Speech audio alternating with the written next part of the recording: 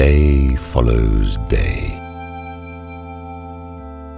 and the relentless and aggressive march of ignorance continues.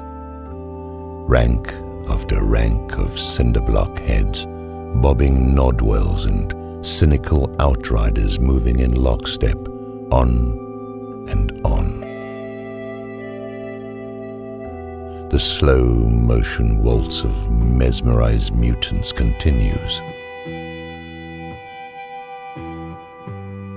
Have they always been like this? In older days, one could understand, perhaps, that there was no real media to set the course of collective delusion and information traveled by proclamation and rumor, with most of the intel in the hands of the organized church.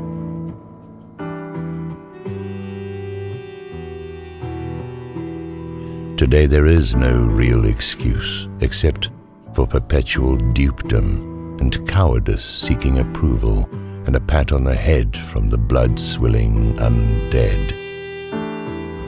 Disinfo is a growth industry, but then, so is cancer. One of the big cap guns is Mr. Smarmy himself, Bill Maher.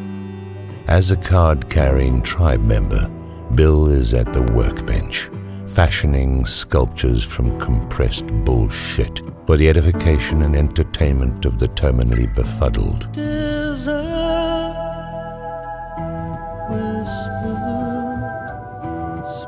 I remember the Billster making an aside one time to a panelist sitting next to him, where he said something to the effect of, "They say it's the moneychangers who are the problem, and you know who they mean when they say moneychangers." We can safely assume here he is talking about the Ashe-NAZI cousins of his, who usually, with few exceptions, swell the ranks of the moneychangers, money printers, money junkies, economy destroyers, warmakers for profit, and I could go on and on.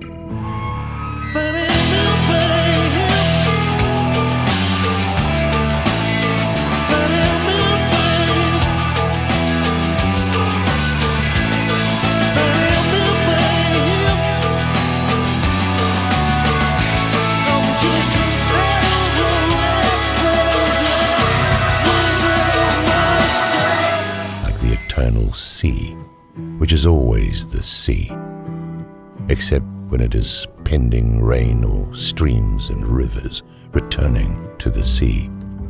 As it was, so it is, theft and prevarication without end. There are logistical concerns when one is engaged in drafting the architecture of wider war in the Middle East.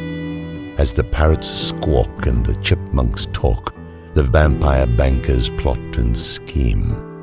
How can we accomplish this evil dream? How do we get it done? How do we destroy all that is good and possible in order to triumph in a wasteland that is ours alone?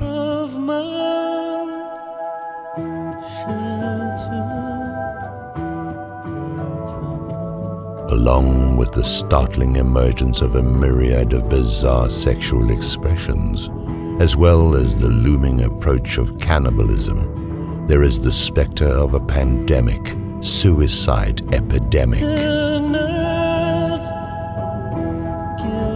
Those of us versed in certain tantric perspectives about existence are aware of the fact that nearly everything has a sexual connotation. Not as Freud expressed it. Most of his theories only applied to tribe behaviorisms.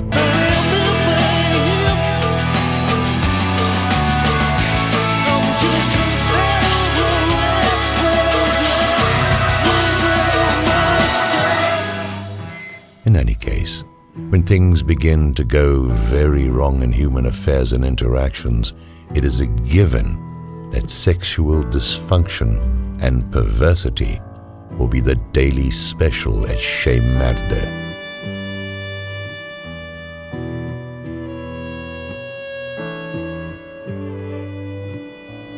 We need revolution because revolution is change, and we need change. Oh yes, precious, we needs it. Will no one free us of these butt-munching bankers?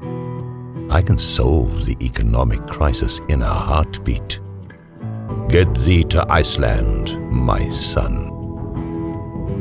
Ricardo, beat the drum. Let them know the revolution comes.